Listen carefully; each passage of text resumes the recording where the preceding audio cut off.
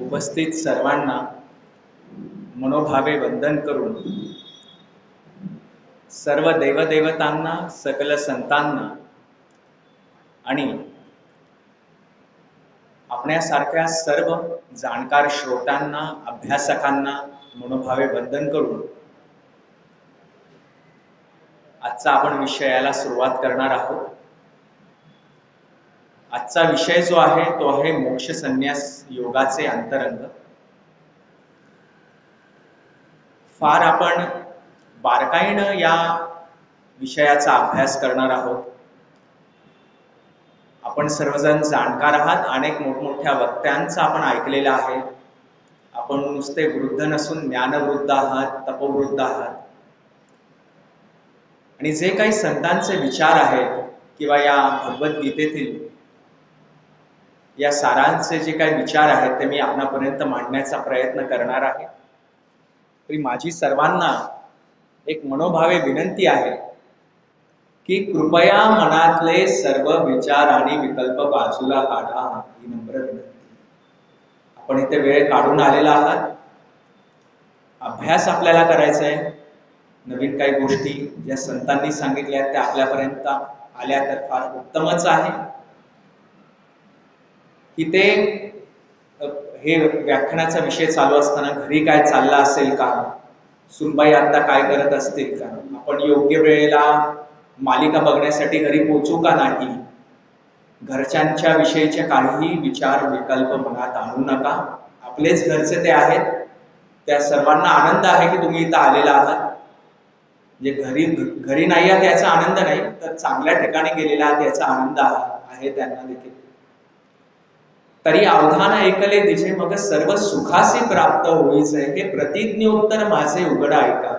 संत ज्ञानेश्वर महाराजांची फार मोठी ओवी आहे की अवधान ऐकले दिजे, अतिशय एकाग्र चित्तानं हे श्रवण करा, एकाग्रता करा। अवधान ऐकले दिजे म्हणजे काय, लक्ष पूर्ण केंद्रित करा, मग सर्व सुखासी प्राप्त होईचे।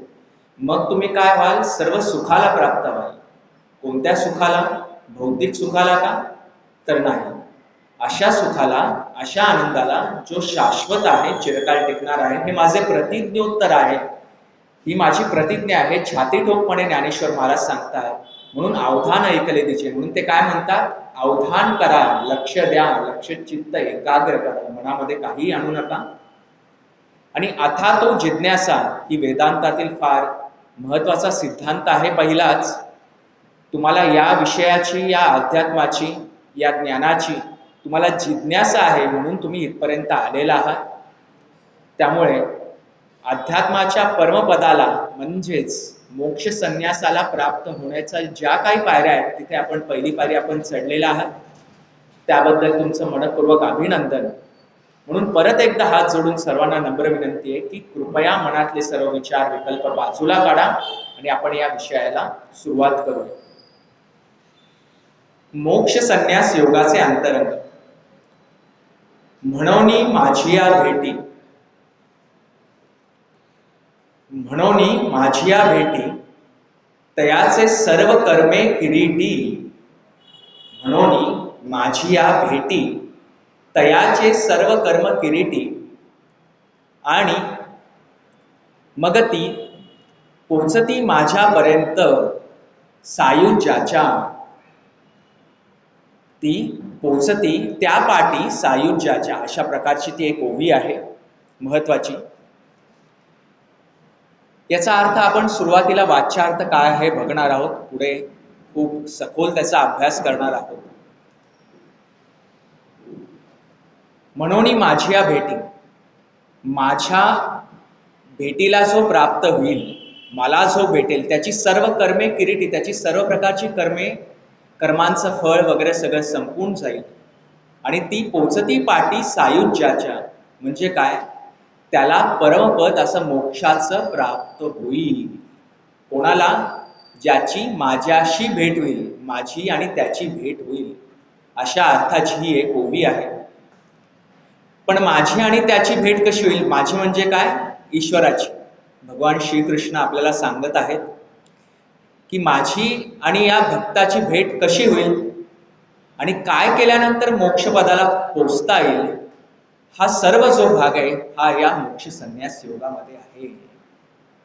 आपण सुद्धा या गीता धर्म मंडळामध्ये अनेक वर्ष येतो. त्यांचाही व्यासंग मोठा आहे. अनेक वर्षांची त्यांना ऐतिहासिक परंपरा आहे, समृद्ध परंपरा आहे. गीतेचाच विषय यांनी का निवडला असेल त्याचा एक महत्वाचा भाग असा की गीतेला पंचम वेदांत म्हटलेले आहे. म्हणजे 4 वेद जे आपले आहेत, यजुर्वेद, ऋग्वेद, सामवेद, अथर्ववेद, त्या वेदांमध्ये काय आहे? भगवंताची स्तुती आहे. वेद या शब्दाचा अर्थ संस्कृत धातूपासून जो आलेला आहे तो म्हणजे विद. विद या संस्कृत धातूपासून वेद या शब्दाची रचना झाली. आणि वेद या विद या धातूचा अर्थ असा आहे की टू नो डायसेल्फ, म्हणजे स्वतःला जाणणे. तुम्ही कोण आहात हे स्वतःला जाणणे. आणि हे 4 वेदांमध्ये मांडलेले आहे. आणि 4ही वेदांचं सार आपण गीतेला म्हणू शकतो, किंबहुना 5वा वेदांत म्हणू शकतो, 5वा वेद म्हणू शकतो. म्हणून गीतेचा भाग आहे. आणि म्हणून ज्ञानेश्वर महाराजांनी सुद्धा या गीतेवरती अनुवाद करण्याचा एक ठरवलं. आणि सद्गुरु कृपेंनी त्यांच्या जी परंपरा होती, नाथ परंपरा म्हणजे मच्छिंद्रनाथ, त्यांच्या आधी भगवान शंकर, आदिनाथ शंकर, मच्छिंद्रनाथ, गोरक्षनाथ, घेणीनाथ, आणि घेणीनाथांच्याकडून निवृत्तीनाथांच्याकडे ती गोष्ट आली होती, ते ज्ञान आले होते. आणि तिथून मग ज्ञानेश्वर महाराजांच्या पर्यंत ते पोहोचले होते.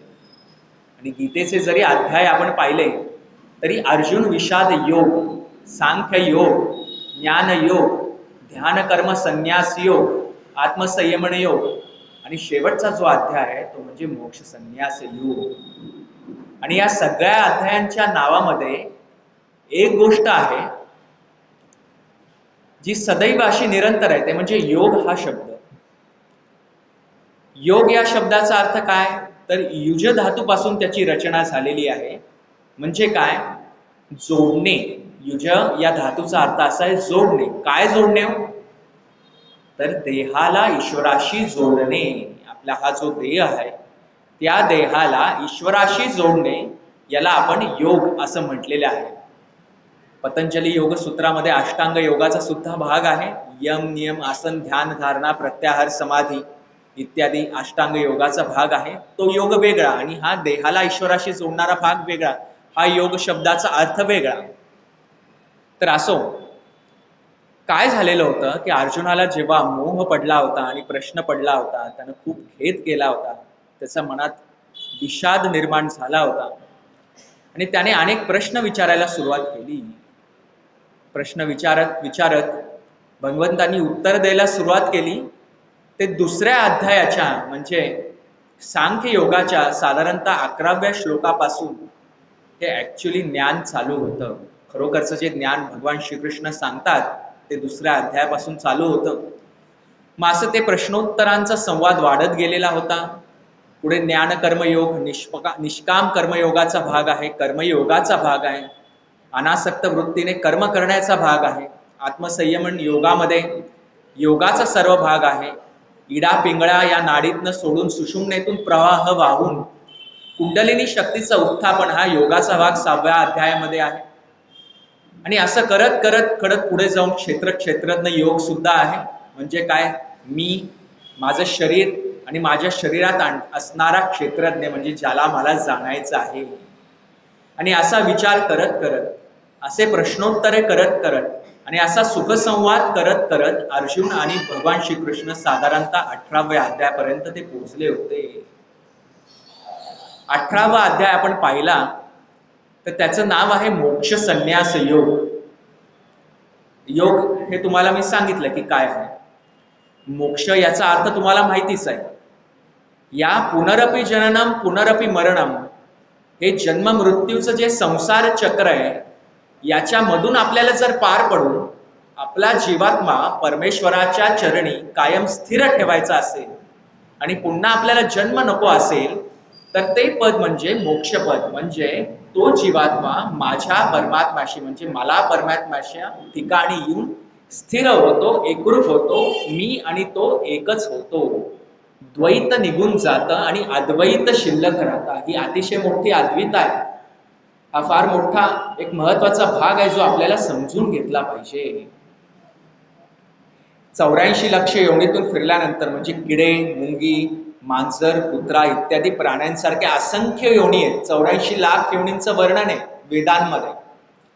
त्यांना पार करून आपल्याला हा मनुष्य जन्म मिळाला आहे आणि पुन्हा आपल्या मरणानंतर आपल्याला मोक्षपद प्राप्त करून घ्यायचं असेल तर काय केलं पाहिजे, हे सगळे 1 ते 18व्या अध्यायामध्ये आहे. 18व्या अध्यायामध्ये त्याचं सखोल वर्णन केलेलं आहे आणि पूर्ण गीतेचं सार देखील या 18व्या अध्यायामध्ये मांडलेलं आहे. आपण जर सखोल अभ्यास केला तर ज्ञानेश्वरीच्या किती ओव्या आहेत? किती आहेत? साधारणतः 9000 ओव्या आहेत जवळपास. आणि गीतेचे श्लोक किती आहेत साधारणतः? तर 700 श्लोक आहेत. आणि या 9000 ओव्यांपैकी जवळपास 1800 ते 2000 जवळपास 1800 ओव्या ज्या आहेत त्या 18व्या अध्यायात आहेत. 1810 ओव्या आहेत. कारण सर्व 18 अध्यायांचं सार आहे. आणि अर्जुन पुन्हा काय म्हणाला की हे भगवंता, तुम्ही मला सर्व सांगितलेलं आहे, माझ्या मनातला मोह देखील दूर झालेला आहे, परंतु हे ज्ञान इतकं श्रेष्ठ आहे आणि परत परत परत मला ऐकावंसं वाटतंय, त्यामुळे तुम्ही मला हे परत थोडंसं संक्षिप्त मला परत सांगा. जसं एखाद्या आईला एखाद्या बाळाला जवळ घेतल्यानंतर त्याच्या कितीही पापी घेतल्या, किती जवळ घेतलं तरी कमी पडतं. केव्हा किती करू किती आलिंगन देऊन असं होतं. तसं अर्जुनाला झालं होतं.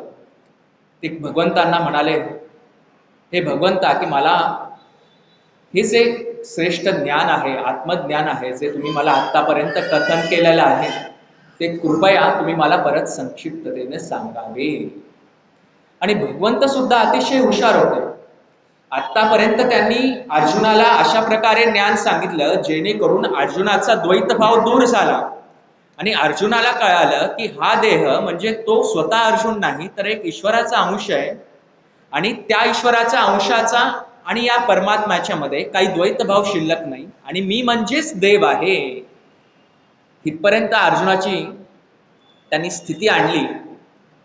पण या स्थितीमध्ये त्याने भगवंतांनी अर्जुनाला सोडलं नाही. कारण जर अर्जुनाला असं वाटत राहिलं की मीच म्हणजे भगवंत आहे, तर अर्जुन आपल्या काम्य कर्मांना, आपल्या विहित कर्मांना करणार नाही आणि तो कर्तेपणाचा त्याग करेल आणि पुढे युद्धच होणार नाही. म्हणून भगवंतांनी त्याला परत अशा स्थितीमध्ये आणलं की तू हे समजून घे आणि तुला तुझी काम्य कर्मे आणि विहित कर्मे ही केलीच पाहिजे. बघा किती महत्वाचा भाग आहे. भगवंत किती हुशार आहेत बघा. अर्जुनाचा मोह दूर केला, त्याला त्या स्थितीपर्यंत आणलं आणि त्यांना जाणवलं की या स्थितीत आलं की पुन्हा युद्ध होणार नाही आणि ज्यासाठी ही जी विहित विधिलिखित जी कर्म आहेत, जी अर्जुनाच्या हातून होणं लिहिलेलं आहे, ती होणार नाहीत. म्हणून अर्जुनाला परत त्या स्थितीवरती आणलं, परंतु त्यावेळेला अर्जुनाचा मोह दूर केलेला होता. हा अत्यंत महत्वाचा भाग या मोक्ष संन्यास योगामध्ये आपण पाहणार आहोत. सुरुवातीच्या काही ह्याच्यामध्ये अर्जुनाने भगवंतांना प्रश्न विचारलेला आहे की मी माझा मोह दूर कसा करू आणि ही सात्विक कर्म, राजस कर्म, तामस कर्म काय आहेत. आणि सगळ्यात महत्वाचा प्रश्न अर्जुनाला पडला होता तो म्हणजे असा की त्याग आणि संन्यास यामध्ये काय फरक आहे. त्याग आणि संन्यास आपल्याला सुद्धा काय होतं माहिती का, फार पूर्वीपासून हे चालत आलेले, आत्ता नाही. आपल्याला असं वाटतं की चला भगवंताला आपल्याला जाणायचंय, त्याच्याविषयीची भक्ती करायची, मी म्हणजेच भगवंत, इतर सर्व जी कर्म आहेत माझी ती मला त्यागली पाहिजे आणि ती कर्म मी सोडून मी वनात गेलं पाहिजे, हिमालयात गेलं पाहिजे. याला म्हणतात संन्यास असं आपल्याला वाटतं.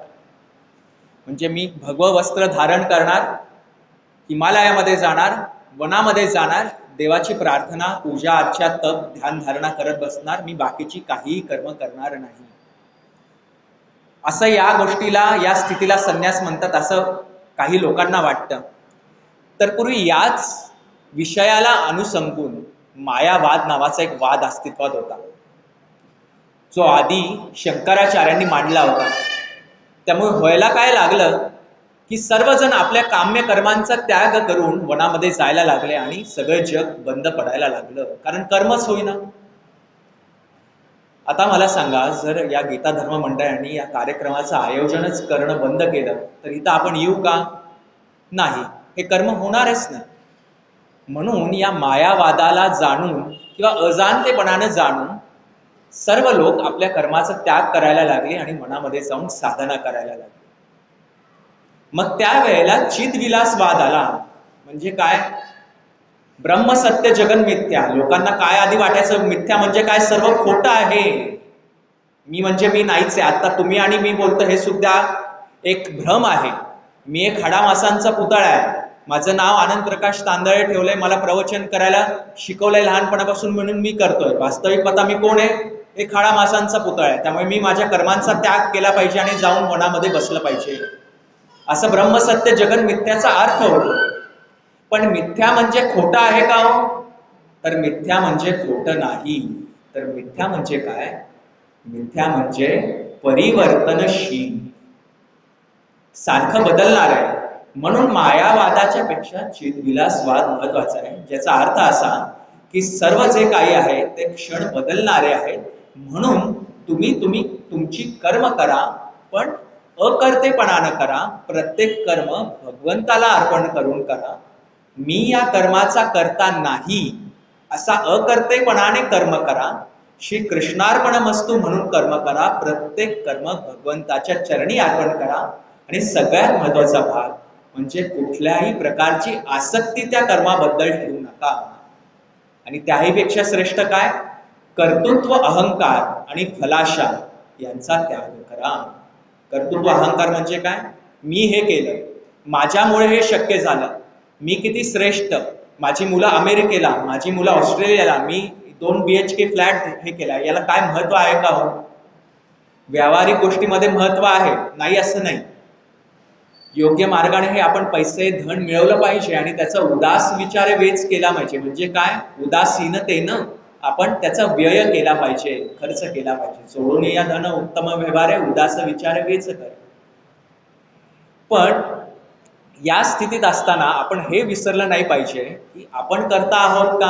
आपण निमित्त मात्र आहोत.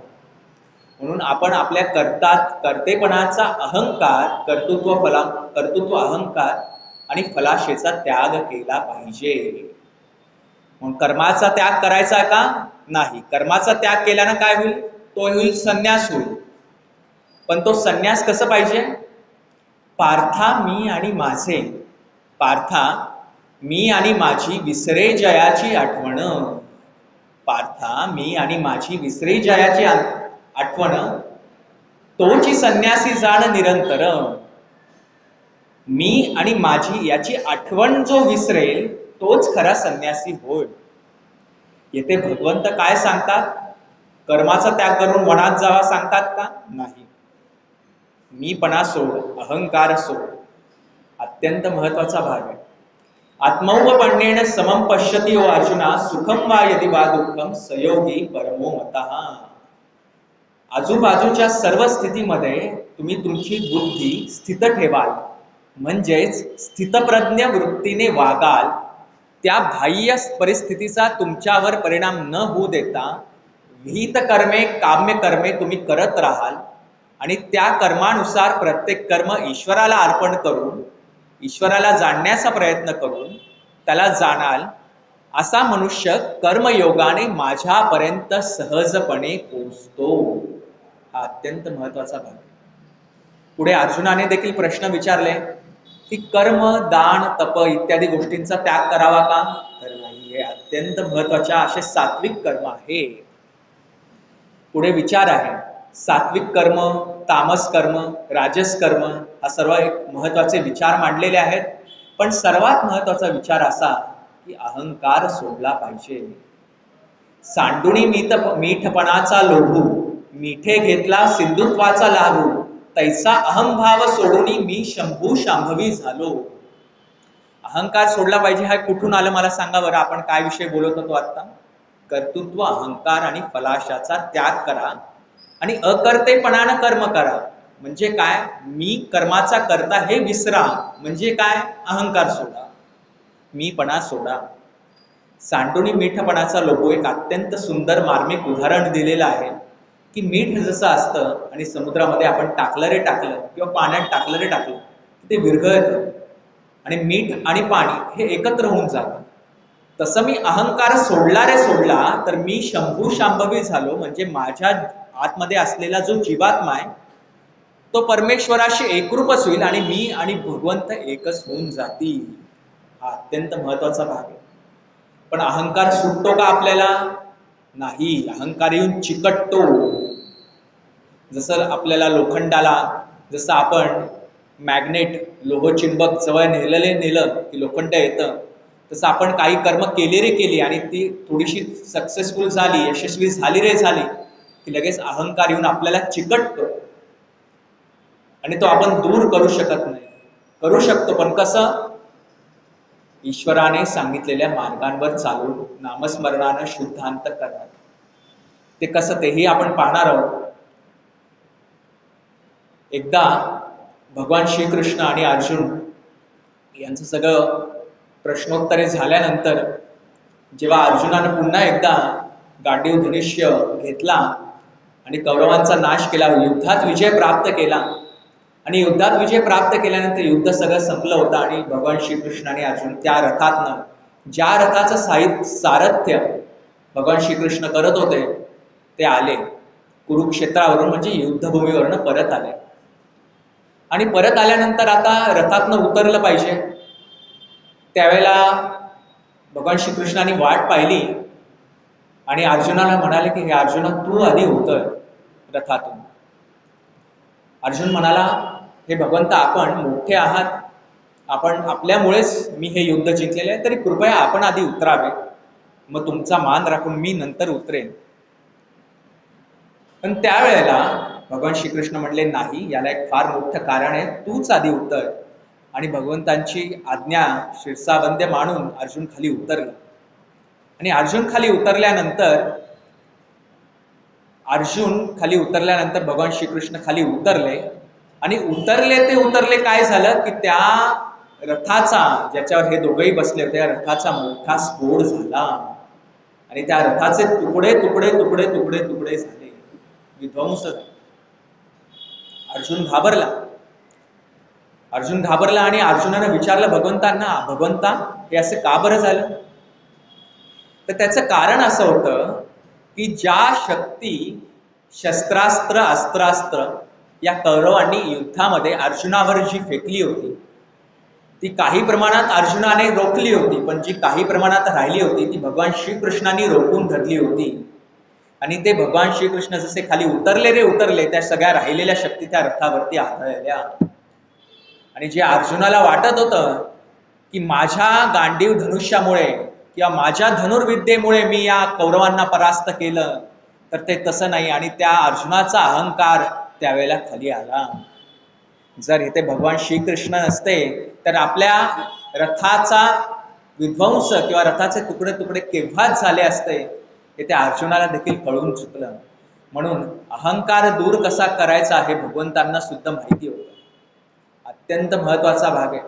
आपण क्षणार्धात कोणी कारे म्हटलं की आपण आरे आरे म्हणतो, आरे म्हटलं की कारे म्हणतो, आपला राग जात नाही.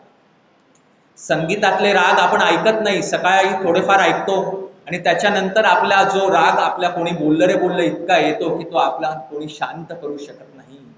अतिशय अवघड आहे. एकदा असंच रावणाला सुद्धा इतका मोठा अहंकार झाला होता आणि रावणाला वाटलं आपण किती श्रेष्ठ भक्त. रावण श्रेष्ठ भक्त होताच, त्याला भक्ती, त्यानं फार तपश्चर्या केली होती, तप केलं होतं, पण त्याला भक्तीचा गर्व फार झाला होता. आणि तो म्हणाला की आपण सारखं कैलास पर्वतावर जाण्यापेक्षा चला आपण भगवंतांनाच कैलास पर्वतावरून लंकेमध्ये आणूया, एवढा तो गर्व. आणि असं असताना तो तिथे गेला आणि भगवान शंकरांना विनंती केली. भगवान शंकर म्हणले, नाही, मी नाही येऊ शकत. तिथे त्या रावणाचा अहंकार थोडासा दुखावला गेला. अहंकार दुखावला गेला की अत्यंत आपण आपल्याला 25 वर्षापूर्वीचा अहंकार आठवतोय, पण काल कोणी चांगलं वागत असेल तर आपल्याला आठवू शकत नाही. तेवढा आपला पतनशील असा आपला स्वभाव बनलेला आहे. तर रावणाचं तर काय सांगायचं.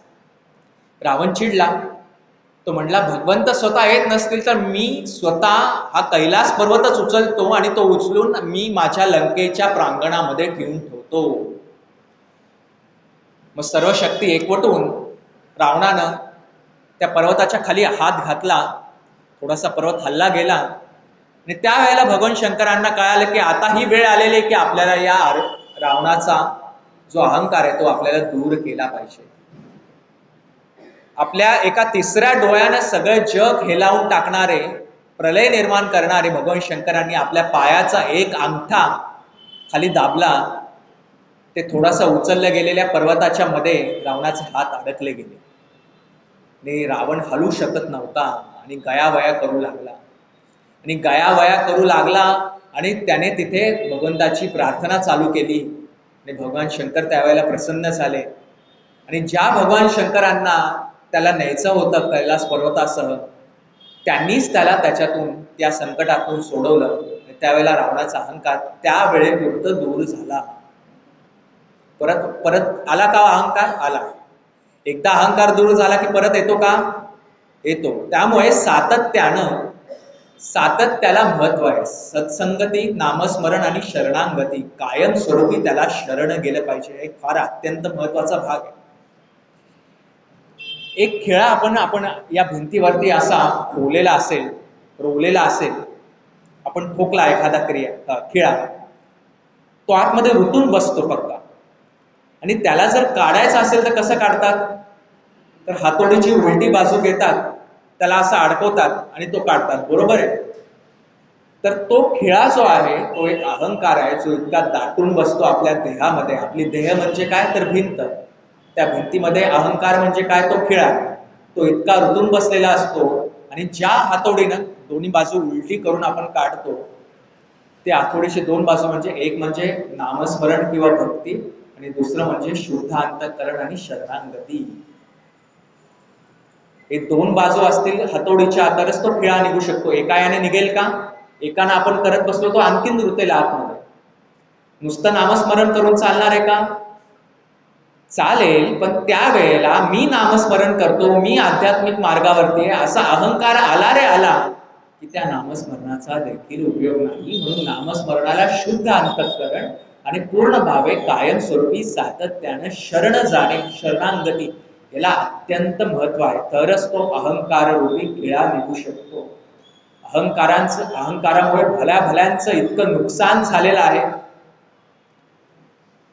एक अतिशय मोठा एक मूर्तिकार होता आणि तो मूर्तिकार इतका प्रसिद्ध होता की समोर एखादा व्यक्ती असेल तर त्या व्यक्तीची हुबेहूब तो मूर्ती करायचा. कोणाला कळायचं देखील नाही ही मूर्ती आहे, पुतळा आहे की खरा व्यक्ती आहे. आणि असा मूर्तिकार असताना त्याला आता कळालं होतं की आपल्या आयुष्याच्या उत्तरार्ध आहे आणि या आयुष्याच्या उत्तरार्धामध्ये ही वेळ आलेली आहे की मला आता यमदूत न्यायला येणार आहे. आणि यमदूत न्यायला यायला लागल्यावरती त्याला कळालं की आता आपण काही ना काहीतरी केलं पाहिजे, नाही तर आपलं मरण निश्चित आहे. मग त्यानं काय बरं करावं? त्यानं एक युक्ती लढवली. तो म्हटला की चला मी माझ्यासारखे 4 नवीन पुतळे तयार करतो, मूर्ती तयार करतो, अगदी एकंदर दिसायला अगदी जसेच्या तसे. आणि मग त्यावेळेला यमदूत तेथे आले आणि तिथे 3 मूर्ती होत्या आणि एक तिथे चित्रकार होता. तो मूर्तिकार त्या 3 पुतळ्यांच्या सह उभा राहिला, अगदी पुतळे जसे उभे होते तसे. आणि या यमदूतांना काय कळे ना की नेमकं न्यायचं कोणाला. याला न्यायचं म्हटलं तर ही मूर्ती असेल, याला न्यायचं म्हटलं तर हा मूर्ती असेल, तर कळणार कसं? नेलं तरी पाहिजे, कारण जी वेळ आहे ती कोणाला चुकलेली नाही. आणि अशा वेळेला ते यमदूत देखील हुशार, त्यांनी काय केलं, त्या एका पुतळ्याच्या समोर उभं राहून म्हटले की हा मूर्तिकार इतका श्रेष्ठ आहे, याची जी कला आहे ती खरंच वाखाणण्याजोगी आहे, पण ही जी कला आहे यामध्ये एक त्रुटी अशी आहे की जी बाकीच्या मूर्तिकारांपेक्षा याला कमी ठरवते. असं वाक्य त्या खऱ्या मूर्तिकारानं ऐकलं आणि त्याचा अहंकार जागृत झाला. आणि अहंकार जागृत झाला रे झाला, तो लगेच पुढे आला आणि म्हटलं काय त्रुटी आहे मला सांगा.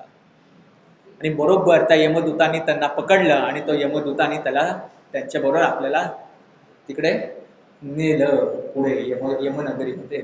पुढे त्याची जी कर्म होती, पाप पुण्याची कर्म आहे, त्यानुसार त्याला पुढची फळं मिळाली. अशी अत्यंत अवघड परिस्थिती आहे. आपण सुद्धा आपल्या मृत्यूची वेळ येत नाही तोपर्यंत आपण नामस्मरण केलं पाहिजे, नाहीतर मग मुखामधून राम राम सुद्धा निघत नाही, शब्द निघत नाही, शब्द फुटत नाही. दिलेलं पाणी सुद्धा आतमध्ये इथून नळ्या टाकाव्या लागतात, तेव्हा आपल्या पाण्यामध्ये, घशामध्ये, शरीरामध्ये अन्न जात असतं. अब तुम कब सुमरोगे नाम, बचपन में तो निष्पाप निरागस राम रूप ही था, खेल खेल में सारा जीवन अब तो चला गया, अब तुम कब सुमरोगे.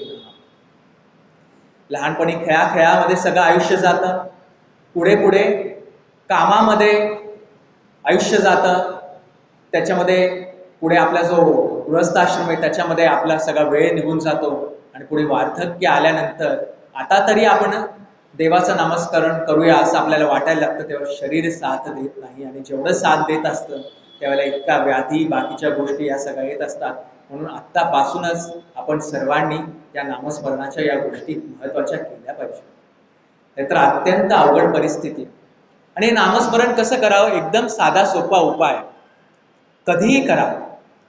दळता कांडता तुझं गायीन गाणंता, दळण कांडण करताना सुद्धा तुझं मी नामस्मरण करेल, असं संत जनाबाई म्हणले होते. आजकाल दळण कांडण कोणी करत नाही, कष्ट करायला कोणी तयार नाही, तर मिक्सरचं बटन फिरवल्यावर तरी आपण नामस्मरण करू शकतो. एक फार महत्वाचा भाग आहे. आणि सगळ्यात महत्वाचा भाग म्हणजे कायिक वाचिक मानसिक या भूमिकेमध्ये जेव्हा आपण सत्संग करत असू किंवा सन्मार्गांवर चालत असताना नामस्मरण तशी कर्म करत असू, सगळ्यात सोपा मार्ग मी तुम्हाला सांगतो, तुम्ही अनुभवला देखील असेल, की सगळ्यांनी माझ्याबरोबर एक 2 मिनिटं, 1 मिनिट डोळे बंद करायचे. सर्वांनी डोळे बंद करा, विनंती. आणि डोळे बंद केल्यानंतर थोडासा हाताचं पहिलं बोट आणि अंगठा एकत्र करायचा आहे त्या स्थितीमध्ये, आणि नाडी आपली जी लागतीये, हार्टबीट्स, हृदयाचे ठोके, ते जाणवण्याचा प्रयत्न करायचा. थोडंसं लक्ष चित्त एकाग्र करा, म्हणजे ते जाणवतील. आणि ते थोडंसं जाणवल्यानंतर हळूहळू तुम्ही मनामध्ये असं आणा की तुम्ही एका देवळामध्ये गेलेला आहात, आणि देवळामध्ये गाभाऱ्यामध्ये तुम्ही श्रीरामाची मूर्ती बघत आहात, अथवा श्रीकृष्णाची मूर्ती बघत आहात, अथवा कोणताही तुमचा देव जो आवडता असेल त्याची मूर्ती बघत आहात. त्या मूर्तीला तुम्ही वाकून नमस्कार केलेला आहे, हात जोडलेले आहेत, तिथे बसून नामस्मरण केलेलं आहे. राम कृष्ण हरी, राम कृष्ण हरी, राम कृष्ण हरी, जय जय राम कृष्ण हरी, जय जय राम कृष्ण हरी. तुम्ही तिथे बसून नामस्मरण केलेलं आहे, साष्टांग नमस्कार घातलेला आहे, आणि देवाला धन्यवाद दिलेले आहेत की भगवंता, तुझं नाम माझ्या मुखामध्ये येत आहे, तुझे मला जे जीवन दिलेलं आहे ते तुझ्या पायाशी मी कायमस्वरूपी अर्पण करत आहे, आणि मी माझ्या विहित कर्मे जोपर्यंत माझा जन्म आहे तोपर्यंत मी करत आहे, असंच तू माझ्यावरती कृपा आशीर्वाद ठेव. परत एकदा मनपूर्वक नमस्कार करा आणि हात जोडायचे आहेत. तर डोळे उघडा.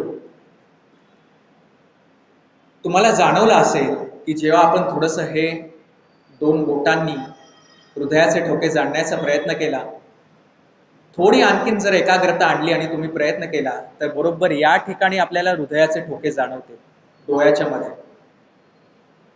मी देखील एकदा स्वामी विवेकानंदाच्या कन्याकुमारीच्या आश्रमामध्ये गेलो होतो, जिथे ते ध्यान करत होते.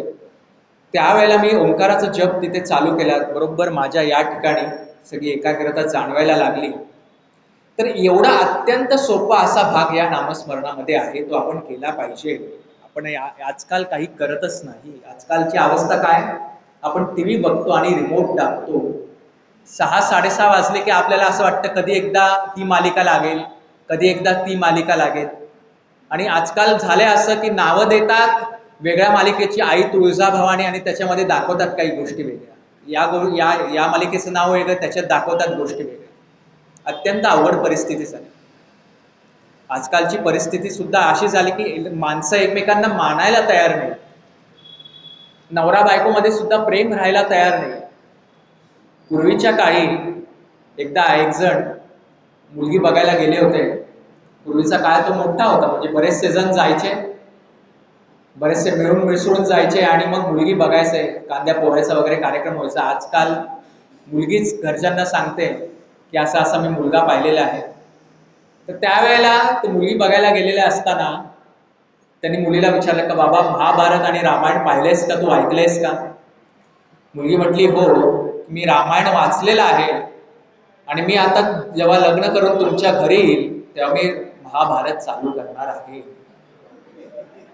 यामुळे ते लोक घाबरले आणि त्यांनी त्या मुलीला नकारच दिला. अतिशय अवघड अशी परिस्थिती. अहो काय सांगायचं तुम्हाला, एकदा परिस्थिती अशी झाली आहे की एका पोलीस स्टेशनमध्ये 2 वकिलांना घेऊन 2 नवरे आले, वेगवेगळे नवरे आले आणि म्हटले की आम्हाला आमच्या बायकोनी घटस्फोटाची नोटीस दिली. ते म्हटले का बरं? म्हणे आमची बायको जी होती ती गेली होती सौंदर्य प्रसाद म्हणजे ब्युटी पार्लरला गेली होती आणि ती आली परत तर दार उघडलं मी आणि मी चुकून विनोद केला की अरे ब्युटी पार्लर बंद होतं काय, असा मी विनोद केला आणि त्यावेळेला ती माझी पत्नी एवढी चिडली आणि त्या पत्नीने मला घटस्फोटाची नोटीसच दिली. दुसरा जण म्हणाला अरे माझ्या बाबतीत पण तेच झालं, माझी बायको देखील ब्युटी पार्लरला गेली होती आणि मी प्रश्न विचारला आणि तिने घटस्फोटाची नोटीस दिली. तो म्हटला तोच प्रश्न विचारला का जो मी विचारला? नाही, तुम्ही प्रश्न विचारला की बाबा ब्युटी पार्लर बंद होतं का? मी प्रश्न विचारला तुम्ही कोण? म्हणजे ती पत्नी जी आली ती ब्युटी पार्लर मधून एवढी नटून थटून आली आणि मी विचारलं ती कोण, म्हणजे मी ओळखलंच नाही. आणि त्या एका चिडण्यावरून सुद्धा त्या पत्नीनं घटस्फोटाची ती नोटीस दिली. अशी अवघड स्थिती हे चालू आहे. पूर्वीच्या काळी लोक एकत्र यायचे, त्याच्यानंतर व्यवस्थित सगळा शृंगार करून सप्तविधी करून सगळ्या गोष्टी व्यवस्थित हार वगैरे करायचे. आजकाल नवीन पद्धत झाली, नवऱ्याला आणि नवरी मुलाला लोक उचलून घेतात आणि इतकं वर उचलून घेतात की त्यांना पडेल का ही भीती. हार घालायचा राहायला बसला आणि या गडबडीत ते हार फेकतात आणि या गडबडीत हार फेकताना एकदा असंच झालं आणि तो हार फेकला, तो पडला तो गुरुजींच्या गळ्यात आणि त्या गुरुजींना आनंद झाला, कारण गुरुजींचं लग्न बऱ्याच वेळेला होता राहील आणि त्या गुरुजींनी मंत्र म्हणायला सुरुवात केली ती वेगळीच. त्यामुळे अशी आपण आपली परिस्थिती आणता कामा नये. आपण काय करतोय, कसं वागतोय, कशा पद्धतीने चाललेलो आहे आणि आपल्या या जीवनाचा उद्देश काय आहे, तू कोणाचा कैसा, कोठून आला कैसा, हा विचार पूर्वीचा घेई बापा. देवापासून आलासी परी तयासी चुकलासी, म्हणून ही दुःख भोगसी उत्कटपणे. फार महत्वाचा भाग आहे. पुढे अर्जुन आणि भगवान श्रीकृष्ण याच्यामध्ये संवाद चालू असताना त्यांनी सांगितलेलं आहे की सात्विक त्याग, राजस त्याग आणि तामस त्याग. त्याग आणि संन्यासाच्या विषयी आपण बोललो. त्याग म्हणजे काय? कर्तृत्व, अहंकार आणि फलाशा या अकर्तेपणाचा त्याग करायचा, कर्तेपणाचा त्याग करायचा. सर्व कर्म जी आहेत श्री कृष्णार्पणमस्तु म्हणून करायची, हा झाला त्याग. संन्यास म्हणजे काय तेही आपण पाहिलं. तर सात्विक त्याग, राजस त्याग, तामस त्याग हे त्रिगुणात्मक आहे. आपलं ध्येय सुद्धा काय आहे? त्रिगुणात्मक आहे. या ज्या आपल्या क्रिया ज्या घडतायत, कर्म, ते आपण करतोय का हो? तर नाही. याला 5 कारणं सांगितलेली आहेत या अध्यायामध्ये सुद्धा भगवान श्रीकृष्ण. जो काही जीवात्मा आहे त्या जीवात्म्यामुळे, त्याच्यानंतर प्राण, अपान इत्यादी जे वायू आहेत आपल्या शरीरामध्ये त्याच्यामुळे, त्याच्यानंतर आपल्यामध्ये जे काही पंचमहाभूत आहेत त्याच्यामुळे, आणि दैव जी आहेत म्हणजे काय, आपल्या इंद्रियांद्वारे जी कर्म घडतात त्याचे जे भगवंतानुसार गोष्टी घडतात, अशा या काही 5 कारणांमुळे ही कर्म होत असतात. त्यामुळे कर्माचा कर्ता मी आहे का? तर आपण नाहीच आहोत, आपण निमित्त मात्र आहोत. आणि जी वृत्ती आपल्या मनामध्ये येते की हे कर्म करावं की हे कर्म न करू नये, हे राजसगणाच्या सूक्ष्म रसापासून तयार झालेल्या मनामुळे, आणि ते मन आपल्याला ईश्वर चरणी स्थिर ठेवता आलं नाही तर मन ताब्यात येणार नाही.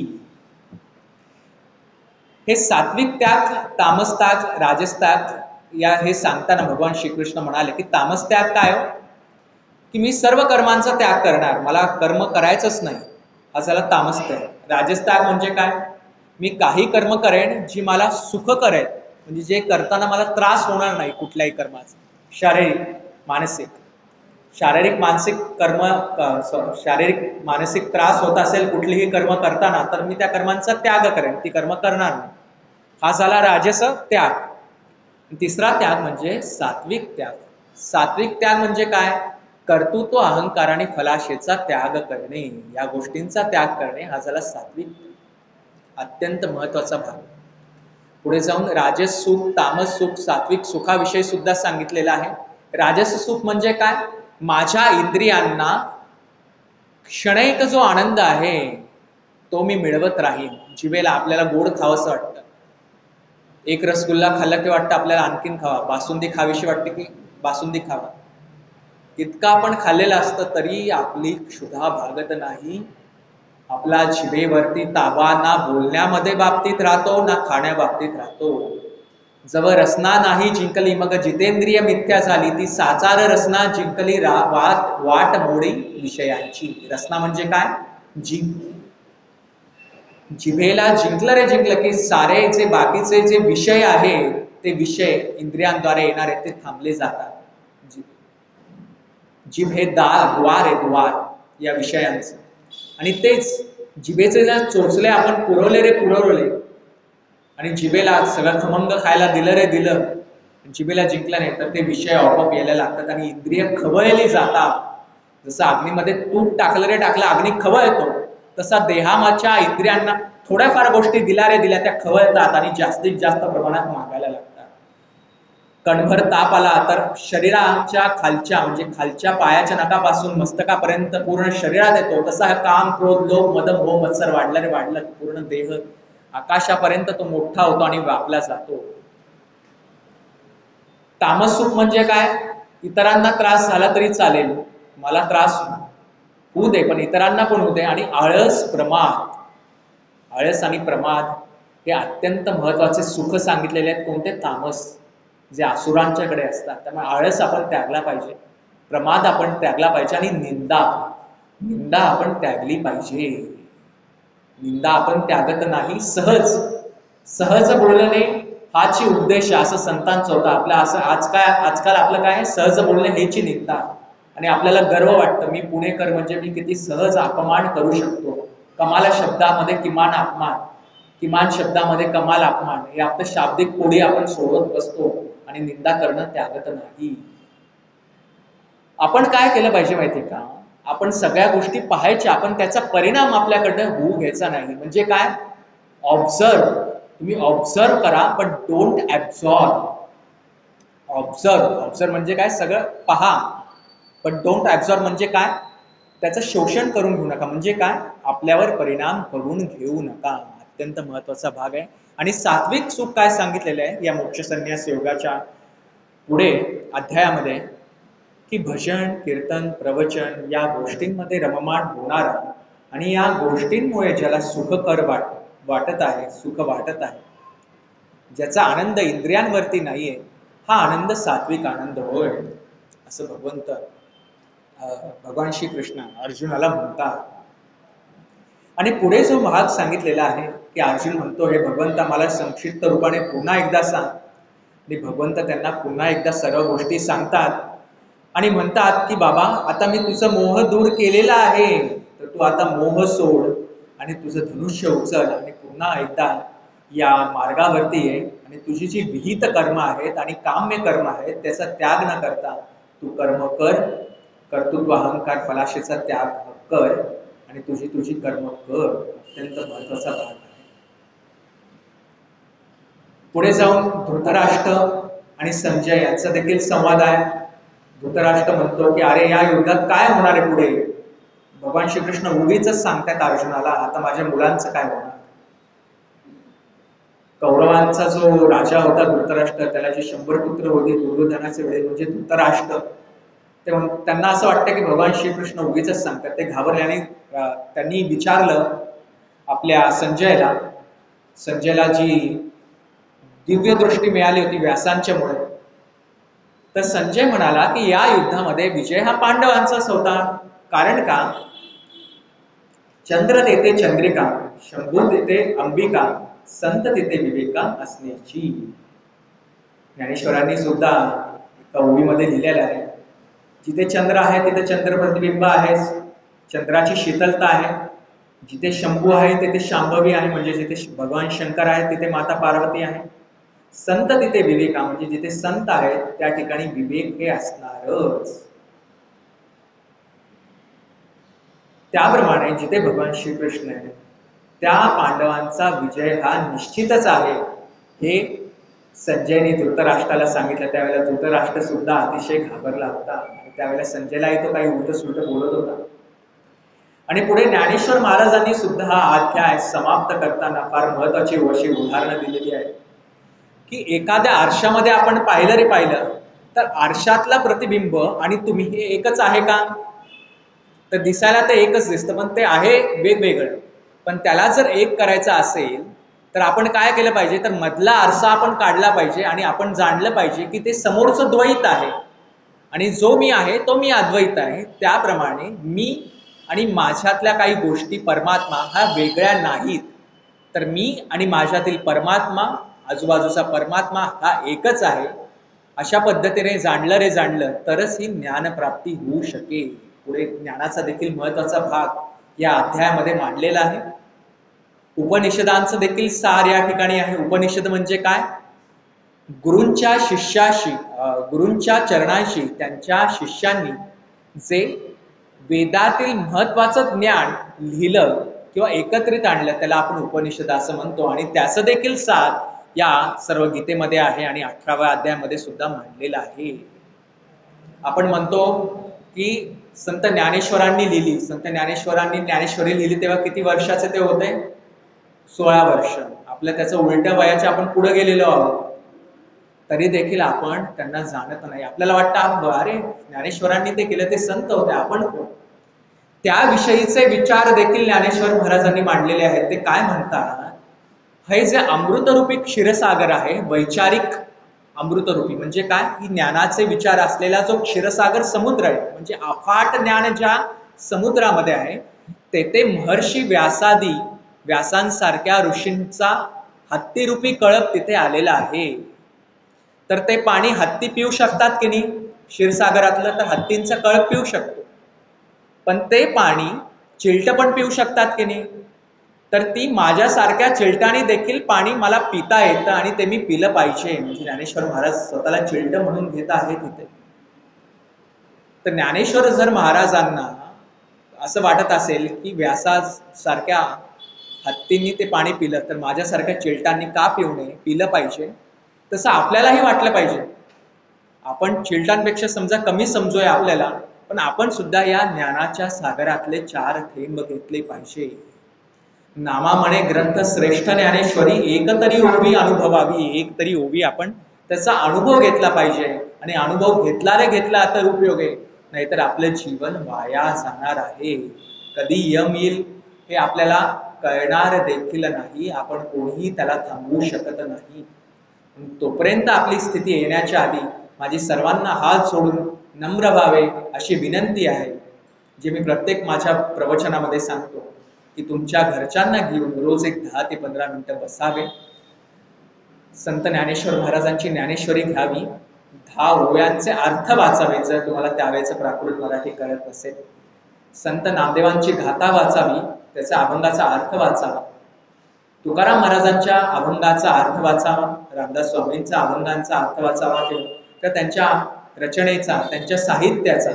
आत्ताच्या काही संत आहेत का? नाही. पण त्यांचे विचार आहेत का? तर आहेत. त्यांचे विचार म्हणजे काय? त्यांचं साहित्य. त्यांचं साहित्य म्हणजे काय? त्यांचे ग्रंथ, त्यांची पुस्तकं आत्ता सुद्धा आपल्याला अवेलेबल आहेत. तसं एकनाथ महाराजांचा भागवत घ्यायचा, 4 ओव्या, 4 श्लोक, त्याचा अर्थ वाचायचा. संत ज्ञानेश्वर, संत नामदेव, संत एकनाथ, संत रामदास, संत तुकाराम हे महाराष्ट्राचे पंचप्राण आहेत. 5ही ग्रंथ घरी घेऊन या, रोज एक 10-10 मिनिटं वाचन करा, त्याच्याविषयीचं डिस्कशन करा, एकमेकांशी बोला, चिंतन करा आणि आचरण करण्याचा प्रयत्न करा. कारण अध्यात्मामध्ये आचरण करण्याला फार महत्व आहे, नाहीतर मग नुसतं ज्ञानाला काहीही महत्व नाही. ज्ञान मी घेतलं, ज्ञान आहे, पुढे काय? मला गाडी चालवता येते, पण तुम्ही चालत चालत जात असाल आणि गाडी वापरतच नसाल तर गाडीचा काय उपयोग आहे का? काहीही उपयोग नाही. म्हणून जर ज्ञान आहे आपल्याला, हे केव्हा आपल्याला म्हणता येईल? जेव्हा आपण त्याचं आचरण केलं तरच ते आपल्याला ज्ञान प्राप्त आहे असं आपण म्हणू शकतो. म्हणून ज्ञानेश्वर महाराज काय म्हणतात? म्हणोनी माझी भेटी, म्हणोनी माझी भेटी, तयाची सर्व कर्मे किरीटी, मग जाओनी बैसोनी पाटी सायुज्याच्या. माझी जेव्हा अशा पद्धतीने तुम्ही वागाल, कशा पद्धतीने वागाल मी परत परत का सांगतोय? कारण तुमच्या हृदयामध्ये ते अंकित व्हावं आणि तुमच्याद्वारे पुढच्या तुमच्या पिढीला किंवा ज्यांच्याशी तुम्ही संवाद साधणार आहात त्यांच्यापर्यंत पोहोचावं. या धारणेनं, या इच्छेनं, या प्रेरणेनं, या भावनेनं मला या ठिकाणी गीता धर्म मंडळाने बोलवलेलं आहे आणि त्यांच्या विनंतीला मान देऊन मी देखील संतांचे जे विचार आहेत ते आपणासमोर प्रगट करण्यासाठी येथे आलेलो आहे. तर आपण देखील काय केलं पाहिजे की पहिली गोष्ट म्हणजे अंतःकरण शुद्ध केलं पाहिजे. अंतःकरण शुद्धीला अत्यंत महत्व. अहंकार दूर त्यागला पाहिजे. अंतःकरण शुद्ध कसं होणार? ईश्वराचं नामस्मरण करा. ईश्वराचं नामस्मरण केलं मनातले वाईट भाव निघून जातील आणि मनातील वाईट भाव निघून गेले की नामस्मरण वाढेल.